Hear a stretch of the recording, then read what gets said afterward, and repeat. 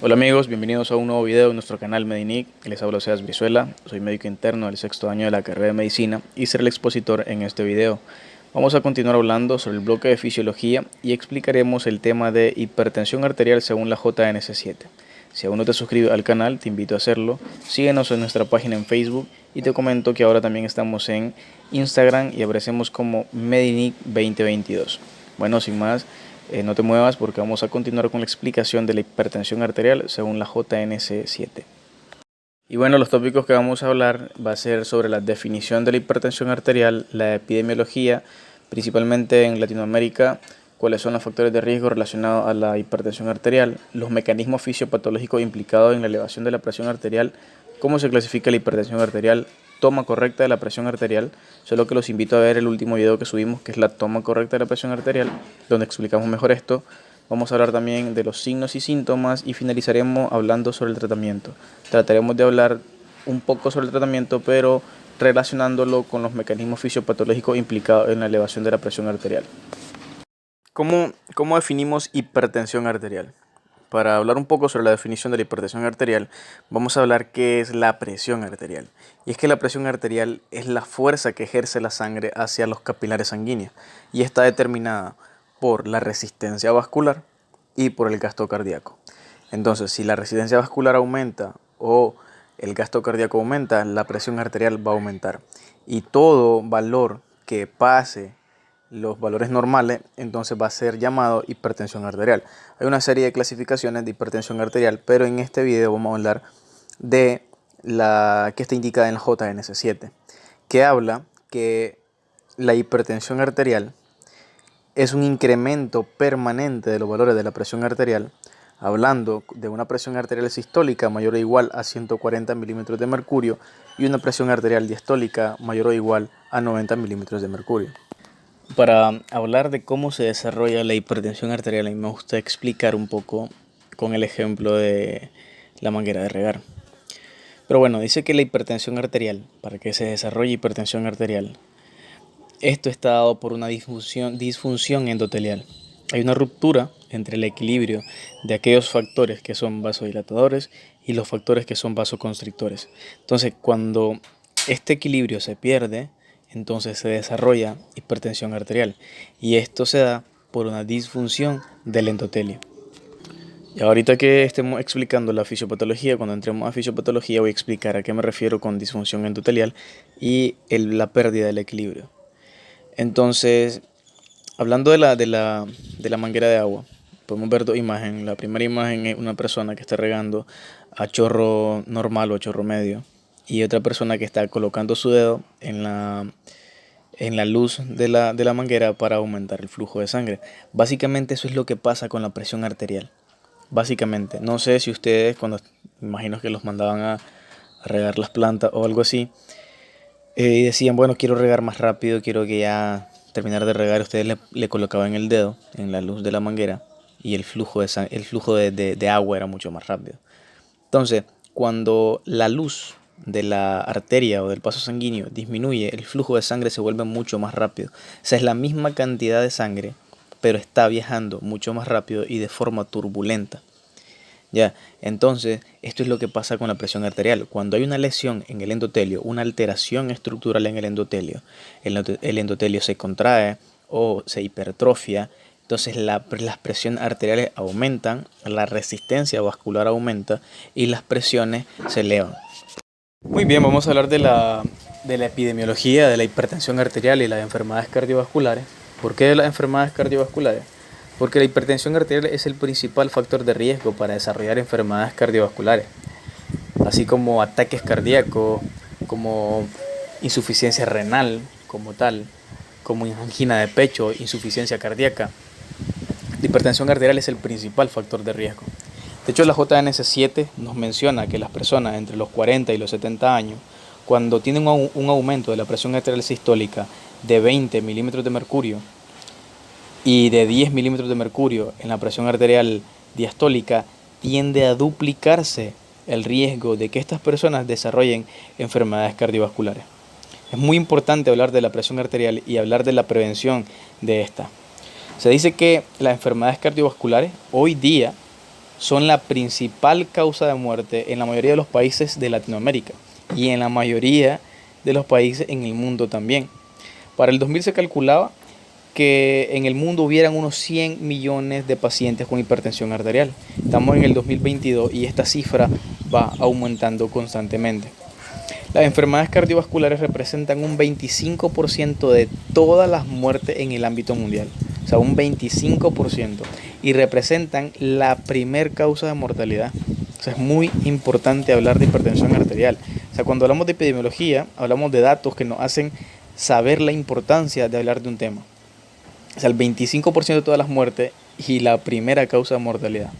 Ahora, en los países desarrollados, alrededor del 50% de todas las muertes son causadas por enfermedades cardiovasculares. Ya estos países tienden a tener vicios de la alimentación.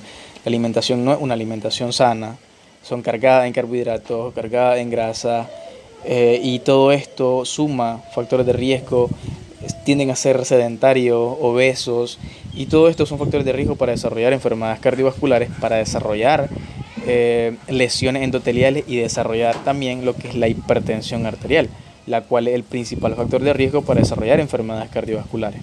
En los países en vías de desarrollo, como Nicaragua y otros países latinoamericanos, este porcentaje es del 16%, pero este porcentaje va aumentando constantemente. La revista que publicó esta información lo hizo en el 2006, o sea, inició el estudio en el 2006 y se publicó en el 2010. O sea, para hoy día este valor va aumentando. ¿Qué está pasando con los países en vías de desarrollo? Bueno, las partes de los países en vías de desarrollo que eran rurales, o sea, o que son rurales, las personas que viven en estos lugares están migrando a los lugares urbanos. Ya, entonces esta migración está aumentando este porcentaje porque estas personas que migran de las partes rurales a los lugares urbanos van a adquirir vicios de la alimentación, generalmente se vuelven sedentarios, aumentan de peso, se vuelven obesos y comienzan a adquirir factores de riesgo para desarrollar hipertensión arterial, para desarrollar enfermedades cardiovasculares. Entonces, esto es muy importante. Es muy importante tomarlo en cuenta porque es la importancia, como ya decía, de estudiar la hipertensión arterial. Quiero mostrarles esta tabla que nos habla de la mortalidad cardiovascular para 1995 en los diferentes países latinoamericanos. También nos muestra la población en millón, más o menos el aproximado de personas que hay en cada país. Vamos a revisar Nicaragua. Dice que habían, para esa fecha, 5.074.000 y la tasa de mortalidad era del 22.4%. En esa época no era tan urbanizado, o sea, los países en vías de desarrollo no estaban tan urbanizados. Ahora, en día, que hay una gran cantidad, hay un aumento en la urbanización, los factores de riesgo cardiovasculares han aumentado, esta mortalidad ha aumentado,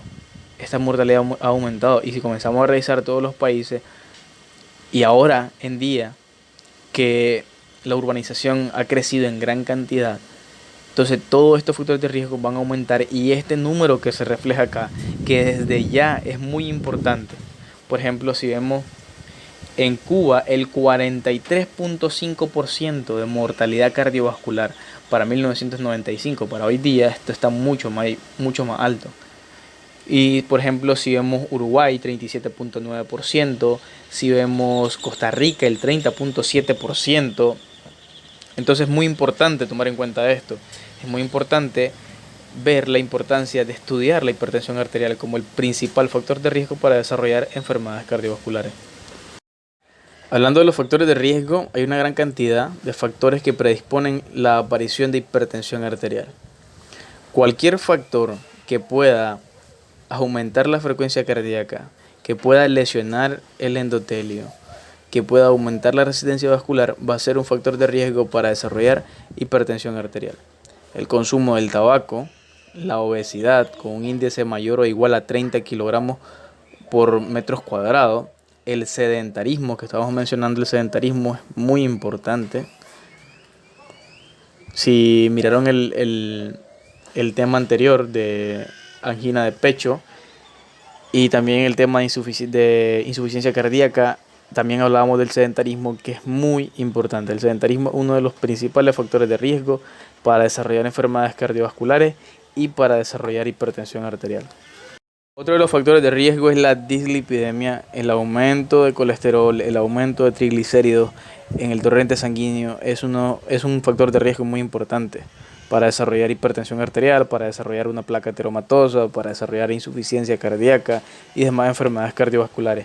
La diabetes mellitus también es otro factor de riesgo para desarrollar hipertensión arterial. La edad es uno de los principales factores de riesgo para desarrollar hipertensión arterial. Mayores de 55 años en hombres y mayores de 65 años en mujeres. De hecho, ya había mencionado de que aquellas personas entre los 40 y los 70 años con un incremento de 20 milímetros de mercurio en la presión arterial sistólica y de 10 milímetros de mercurio en la presión arterial diastólica, se duplicaba el riesgo de enfermedades cardiovasculares. Ahora, otra cosa muy importante que nos mencionan en la JNS7 es de que aquellas personas, aquellos adultos que tengan 55 años y que hayan presentado presiones normales, presión arterial normal hasta esa fecha, hasta esa edad, van a desarrollar hipertensión arterial en algún momento de la vida. ¿Qué es lo que pasa?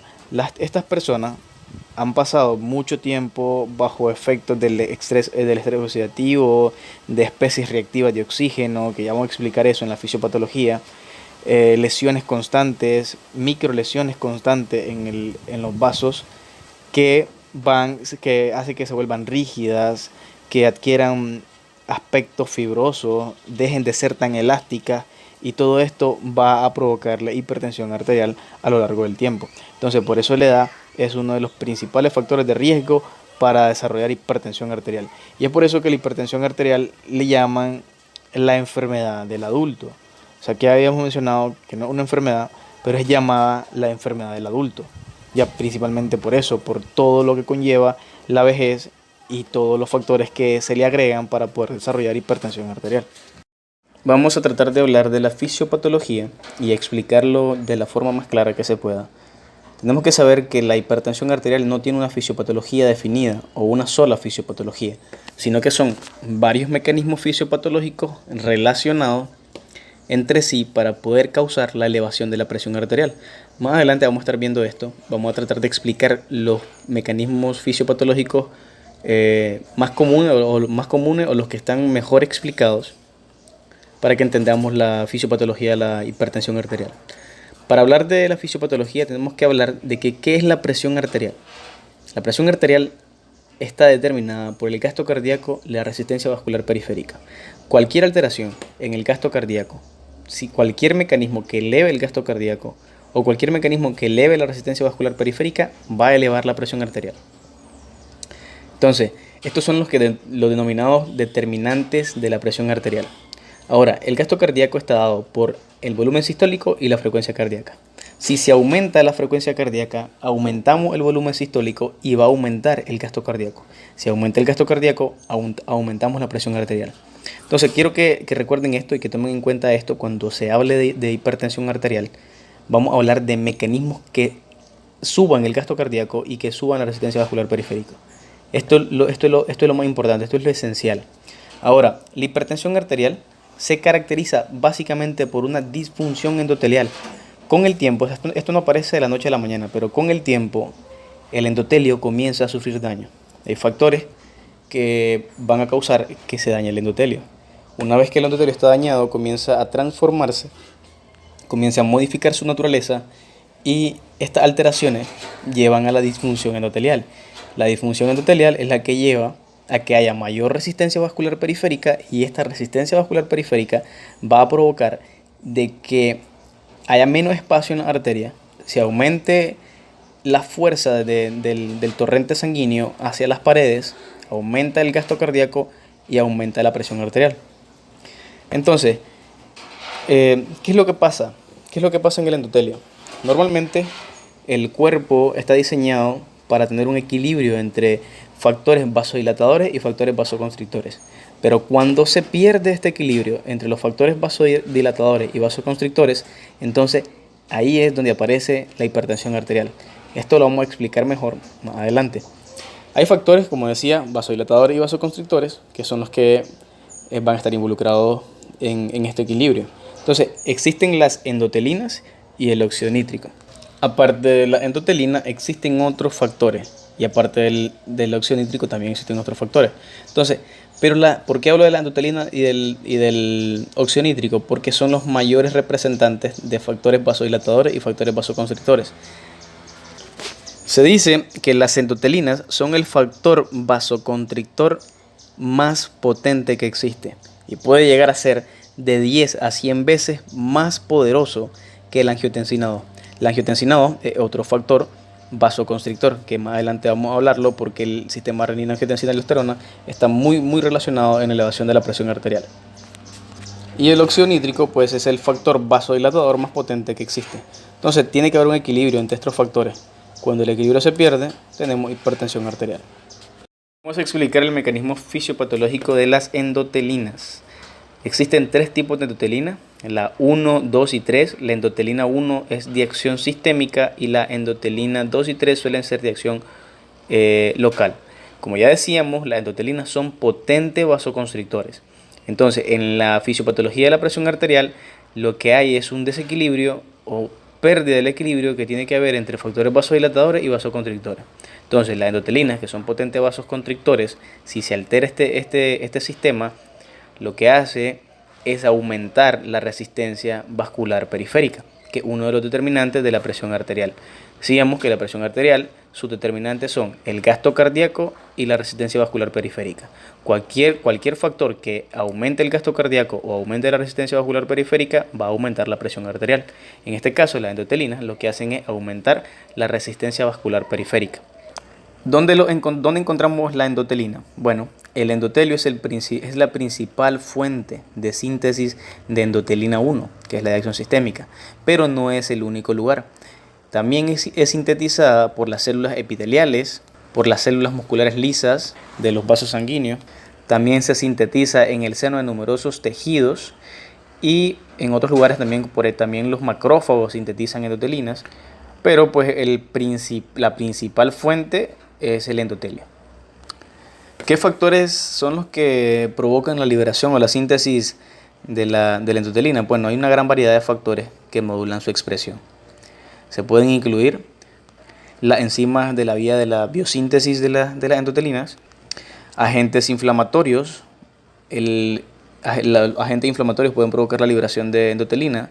Hay otros factores de crecimiento, se dice que también están relacionados en la síntesis de las endotelinas. Y aquí vamos a ver los factores que estimulan la síntesis meramente de la endotelina, que tenemos la trombina, la adrenalina, la insulina, el factor de necrosis tumoral alfa, la interleucina 1, la hipoxia, la presión, el estiramiento va a provocar la liberación de endotelinas. Entonces, de esta manera, el sistema de la endotelina, cuando se ve alterado o cuando se ve aumentado, lo que pasa es de que de esta forma aumenta la resistencia vascular periférica y aumenta la presión arterial. Vamos a explicar de qué forma el sistema renina, angiotensina, aldosterona y la dieta rica en sodio se relacionan con la hipertensión.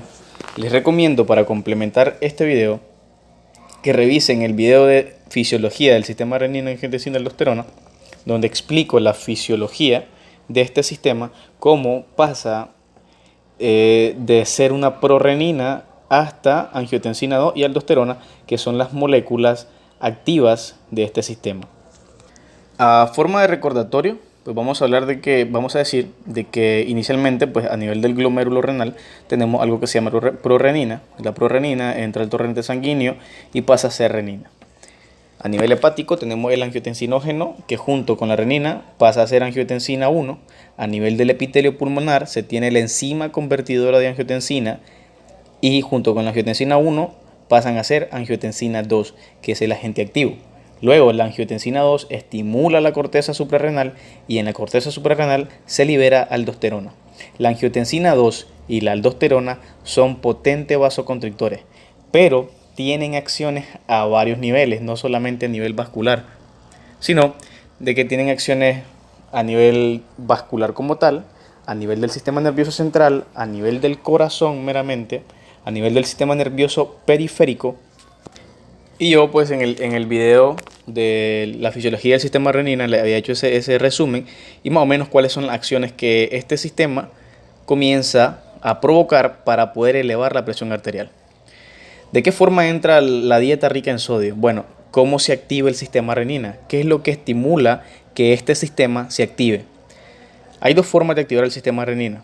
Número uno, y la más importante, es la hipoperfusión renal, es decir, cuando el riñón detecta bajo flujo de sangre que circula a nivel del glomérulo, entonces este se activa. ¿Por qué? Porque el sistema renina, angiotensina, aldosterona, fisiológicamente se encarga de controlar los niveles de líquido a nivel del torrente sanguíneo. Si está hipotenso o si se perdió sangre por cualquier causa, entonces se activa el sistema, se comienza a retener agua y sodio a nivel renal y entonces de esta forma se eleva la presión arterial. Aumentan las contracciones a nivel venoso, aumentan las contracciones a nivel arterial, estimula la angiogénesis y todo esto para estimular el aumento de la presión arterial. En el caso de que haya hipotensión por cualquier causa, este sistema es el que se encarga de regular esto. Pero cuando las personas tienen una dieta rica en sodio, y no solamente rica en sodio, sino rica en proteína, y le comienzan a administrar grandes cantidades de soluto al torrente sanguíneo, la osmolaridad, que es la segunda forma de activar el sistema renina, cuando aumenta la osmolaridad plasmática, entonces se activa también el sistema renina. Entonces en las personas que consumen bastante sodio, y no solamente aquellas personas que consumen sodio en las comidas, por ejemplo le echan bastante sal en la comida, sino que consumen alimentos enlatados que traen sodio, grandes cantidades de sodio para poder preservar el contenido. De esta forma estás consumiendo sodio. Entonces es muy importante controlar la alimentación de esa forma y disminuir las cantidades de sodio que estás administrando a tu cuerpo, porque de esa forma elevas la osmolaridad y activa el sistema renina, angiotensina, aldosterona, y el sistema renina eleva la presión arterial. Este sistema renina, angiotensina, aldosterona provoca estrés oxidativo o especies reactivas de oxígeno, y este estrés oxidativo comienza a provocar lesión endotelial, que no es que se va a ver de forma automática, sino que en el transcurso del tiempo y la exposición al estrés oxidativo va a comenzar a dañar el endotelio, y el daño del endotelio estimula la liberación de la endotelina. Y ya hablamos qué hacen las endotelinas para subir la presión arterial. Las endotelinas, hablando de las endotelinas y regresando un poco, las endotelinas tienen un proceso de remodelación vascular y producen hiperplasia e hipertrofia del músculo liso vascular. Entonces, aparte de hacer la contracción vascular, disminuir la luz, aumentan en tamaño, se hipertrofian y se acumula tejido colágeno. ¿Por qué? Porque en el sistema renina-angiotensina-aldosterona se ha demostrado que participa en el crecimiento o en el incremento de tejido colágeno a nivel cardíaco y a nivel vascular, aumentando la masa del vaso sanguíneo, disminuyendo la luz y de esa forma aumentando la presión arterial. Entonces, estos dos sistemas, tanto el sistema renina, angiotensina, aldosterona y el sistema de la endotelina, son muy importantes, íntimamente relacionados, porque como decíamos, haciendo como repaso, el sistema renina provoca estrés oxidativo, el estrés oxidativo daña el endotelio y ese daño del endotelio provoca la liberación de las endotelinas. Las endotelinas provocan hiperplasia e hipertrofia del músculo liso, disminuyendo la luz. El sistema renina, angiotensina, aldosterona aumenta el tejido colágeno a nivel cardíaco y vascular, y de esta forma también inhibe la síntesis de óxido nítrico, que es el vasodilatador, y así pues comienza a elevar la presión arterial. Y podemos decir que íntimamente relacionado tenemos la dieta cargada en sodio. La dieta cargada en sodio aumentó la osmolaridad y fue por eso que se activó el sistema renina, angiotensina, aldosterona. Los vuelvo a invitar a revisar el tema de sistema renina, angiotensina, aldosterona, fisiología del sistema renina, angiotensina, aldosterona, para que comprendan mejor esto. También los invito a que vean angina de pecho y que vean insuficiencia cardíaca, que son temas que están íntimamente relacionados. Entonces, al ver todos estos videos, van a complementar su conocimiento y van a comprender mejor este video. Aquí en esta presentación voy a tratar de explicar un poco sobre el tratamiento. A mí no me gusta meterme mucho en el tratamiento, porque creo que cada país tiene un esquema diferente de tratamiento, pero vamos a hablar de manera general qué se puede hacer en la hipertensión arterial. Número 1, podemos utilizar beta bloqueantes. Los beta bloqueantes van a inhibir la unión de la adrenalina. De esta forma disminuimos la frecuencia cardíaca. Si disminuimos la frecuencia cardíaca, disminuimos el gasto cardíaco y disminuimos la presión arterial. Ahora, en el sistema renina-angiotensina-aldosterona, ¿qué se puede hacer? Bueno, se puede utilizar los IECAs o inhibidores de la enzima convertidora de angiotensina. De esta forma vamos a bloquear la acción de que la angiotensina pase a ser angiotensina 2. También podemos utilizar los ARA2 o antagonistas de los receptores de angiotensina 2. Evitamos que la angiotensina se una a los receptores. De esta forma evitamos que estimule la corteza suprarrenal, no va a estimular la liberación de aldosterona y tampoco va a accionar como vasoconstrictor. Entonces tampoco va a potenciar el sistema nervioso simpático y ninguna de sus acciones. Pues. De esta forma estamos también bajando la presión arterial. Algo más que se puede utilizar son los diuréticos tiazídicos. Podemos utilizar bloqueadores de los canales de calcio. Lo más importante, y de hecho se menciona en la JNS7, cuando la persona ya es hipertensa, puede utilizar diuréticos tiazídicos en la mayoría de los casos. Y ya luego de eso se puede considerar el uso de IECA, de ARA2, de beta bloqueantes, de bloqueadores de los canales de calcio. Pero cuando la persona está en prehipertensión y todavía no es hipertensa, entonces en este momento o tiene factores de riesgo, pero todavía no ha llegado a prehipertensión, lo que se va a trabajar en los factores de riesgo, en disminuir el sedentarismo, disminuir la obesidad, aumentar la actividad física, aumentar el ejercicio, disminuir las cantidades de sodio en la alimentación, disminuir las cantidades de carbohidratos en la alimentación. Entonces, todo eso va en el tratamiento. O sea, de hecho, es lo más importante. La prevención de la hipertensión arterial es lo más importante. Creo que me extendí en esta parte. Si no comprendieron algo, por favor déjenlo en el comentario y con todo gusto voy a responder cualquier duda.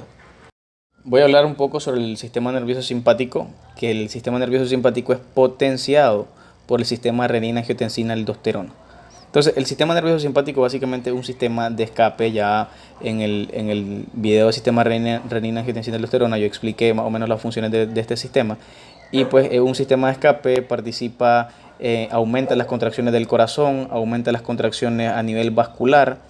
Entonces, de esta forma él participa en la elevación de la presión arterial, pero es potenciado por el sistema renina. Si se trata el sistema renina, con los IECA, con ARA, con diuréticos, vamos a disminuir también la actividad de este sistema. Otra cosa que participa es la falla de la acción de los vasoreceptores y la acción de hormonas gastrointestinales.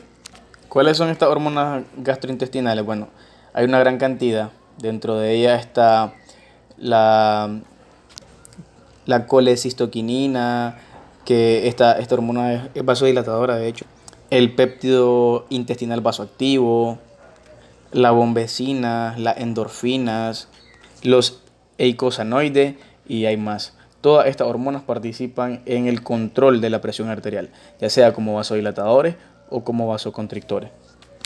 Entonces, si existen patologías gastrointestinales que están bloqueando la acción de estas hormonas vasodilatadoras, también de esta forma se va a elevar más la presión arterial.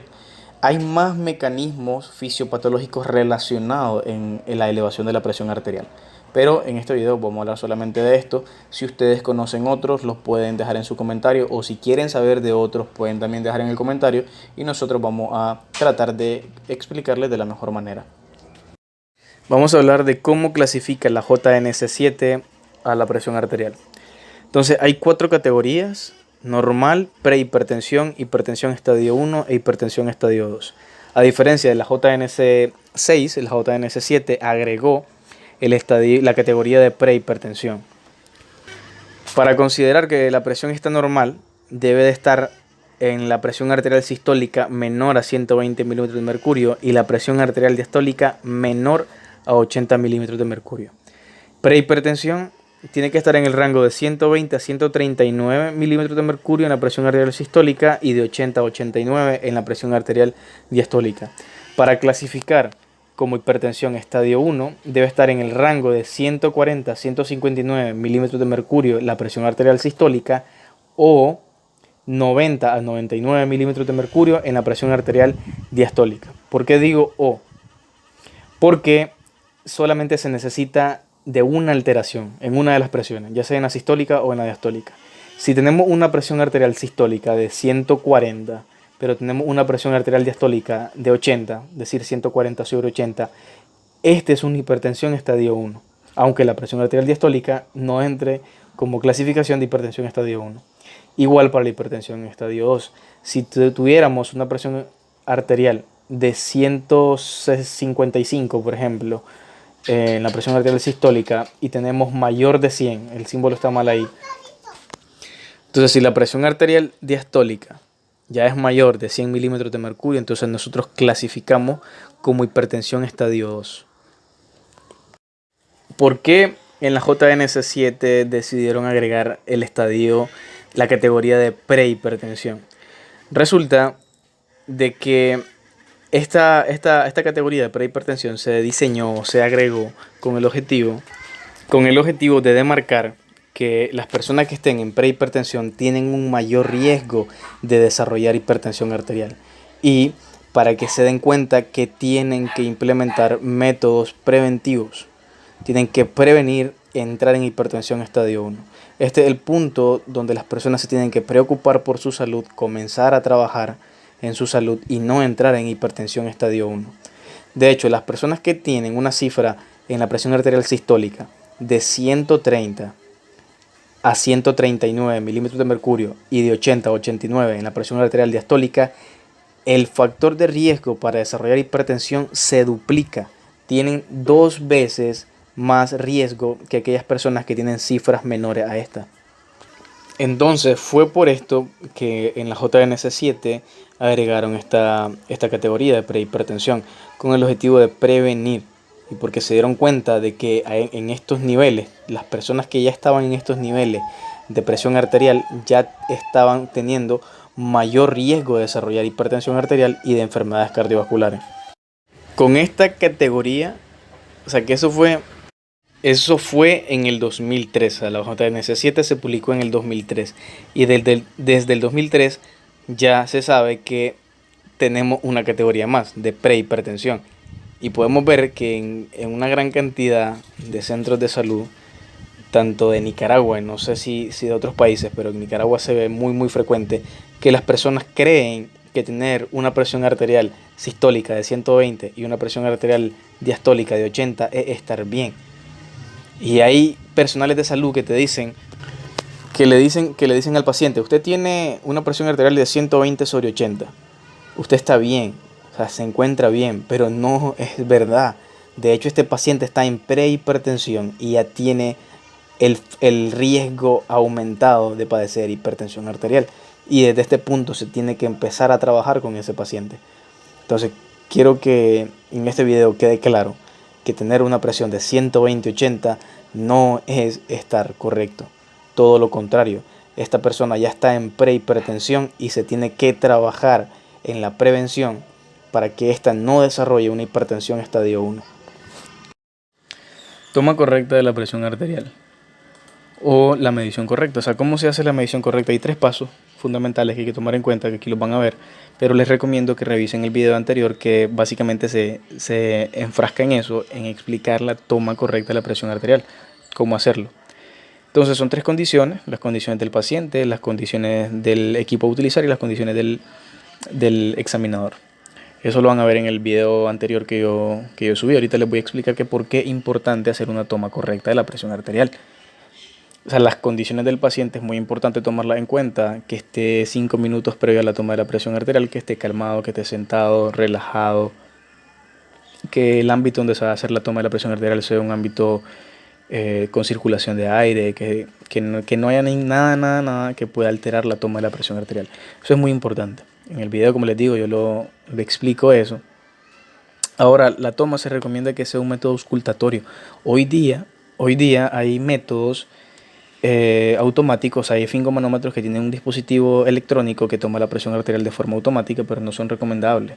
O sea, no es lo mismo hacerlo de forma auscultatoria, que seas vos, el médico o el personal de salud, el que va a determinar cuál es la presión arterial que tiene el paciente, siempre y cuando saber cuáles son los pasos exactos para eso.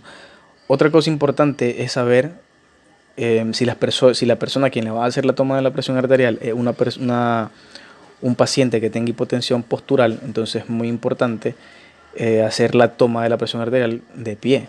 O sea, es importante que sea de pie. Entonces hay cosas que tenemos que tomar en cuenta. Por ejemplo, si la persona padece de hipertensión de bata blanca, eh, todo eso tenemos que tomarlo en cuenta. Ahora, la toma correcta de la presión arterial, ¿por qué es importante? Porque ¿cómo es que hacemos nosotros diagnóstico de hipertensión arterial? Pues mediante la toma de la presión arterial.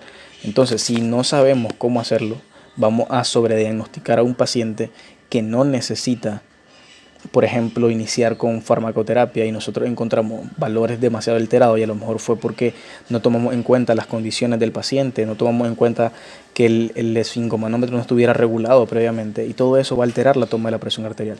Y nosotros venimos y encontramos a un paciente con hipertensión estadio 2 cuando en realidad es una alteración porque él posiblemente haya comido previamente, haya tomado café y él anda alta la presión, pero es por eso, no porque padezca de hipertensión arterial. Entonces son cosas que hay que tomar en cuenta, que podríamos decir eso parece tonto, pero es muy importante. O sea, es muy, muy importante. Y es por eso que en la JNS7 hacen bastante énfasis en eso, en la medición precisa de la presión arterial en la consulta.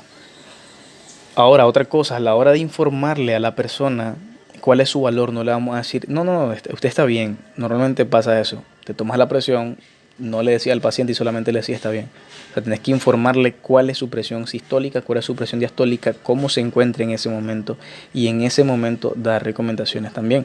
No simplemente tomar la presión y ok, esto está bien. O le tomas la presión y ok, usted está hipertensa. O sea, así como si nada. Es muy importante hablar con el paciente, tener comunicación con el paciente y estar en constante pues, comunicación con él y informarle cuáles son sus valores de presión arterial. Esta es la condición número 2, que son las condiciones del equipo, pero pues no me voy a tener que explicar esto. Como ya decía, yo ya hice un video explicando esto. Tercera condición, condición del observador. No voy a detenerme a explicar esto para que no sea tan largo este video. Signos y síntomas en hipertensión arterial. Tenemos que quedar claro que la hipertensión arterial generalmente no produce ningún síntoma, o sea, es asintomática. Y es por eso que es denominada o llamada la asesina silenciosa. Por eso es que las personas normalmente no se dan un control adecuado de la presión arterial. Es más, aquellas personas que ya están diagnosticadas con hipertensión arterial, en el estadio que sea, ya sea estadio 1 o estadio 2, como como la hipertensión arterial no da síntomas, las personas tienden a creer que están bien y que no tienen elevada la presión arterial cuando pueden andar 140/90 y no hay síntomas. Ya entonces la asesina silenciosa comienza a dañar a diferentes niveles del cuerpo porque no da síntomas. Cuando la presión arterial está demasiado alta suele dar algunos signos y algunos síntomas, pero o sea, ninguno de estos signos y síntomas es patognomónico de hipertensión arterial. ¿Cuáles son? Bueno, puede dar cefalea, hemorragia subconjuntival, que no es maligno, simplemente una señal que el cuerpo le está dando a la persona, un signo que le está diciendo que las presiones han estado demasiado altas y por eso es que se han abierto los vasos sanguíneos de la conjuntiva y después ha causado una hemorragia subconjuntival. Puede ocasionar confusiones y otros signos y síntomas, pero ninguno es característico de hipertensión arterial. Todo esto tienen otras causas, de hecho muchas causas que pueden provocar cefalea, hemorragia subconjuntival, confusiones y demás. Otros signos y síntomas que podemos encontrar es la epistaxis. La epistaxis pues, puede estar provocada por otras condiciones médicas, puede estar provocado por traumatismo, pero nosotros tenemos que revisar bien eso, tenemos que ver si el paciente está en un ambiente irritativo, tenemos que ver si el paciente es un niño o un adulto. Si es un adulto y tiene otros factores de riesgo como el fumado, el tabaquismo, el sedentarismo, la obesidad, entonces nosotros ya podemos estar pensando de que puede estar asociado a hipertensión arterial. Igual pues siempre se tiene que tomar la presión arterial y ver si está asociado o no. Otros signos son las palpitaciones, la fotopsia, visión borrosa. Todo esto puede ser provocado por presiones altas, pero pues también puede estar provocado por otras causas. Entonces, pero siempre tenemos que ser bastante juicioso o bastante crítico en este sentido y tomar otros factores que pueden estar asociando estos signos a hipertensión arterial. Y como pues lo más importante y lo correcto sería que cada paciente que llegue con estos signos y síntomas sería tomarle la presión arterial, hacer una correcta toma de la presión arterial y verificar si está asociado a hipertensión arterial. La bibliografía utilizada en este video fue el libro de bases fisiológicas de la práctica médica Best y Taylor, JNC7, la revista latinoamericana de hipertensión, el libro de hipertensión clínica de Kaplan. Bien amigos, así llegamos al final del video de la explicación de la hipertensión arterial según la JNC7. Si te ha gustado el contenido, te invito a suscribirte, a dejar tu like, activa la campanita, síguenos en Facebook, síguenos en nuestra página en Instagram. También quiero felicitar al ganador de la rifa del libro de medicina. También quiero agradecer a todas esas personas que estuvieron apoyando el contenido anterior y todas esas personas que han apoyado nuestro contenido hasta el momento. Y sin más que decir, pues muchas gracias y nos vemos en un próximo video en nuestro canal Medinique.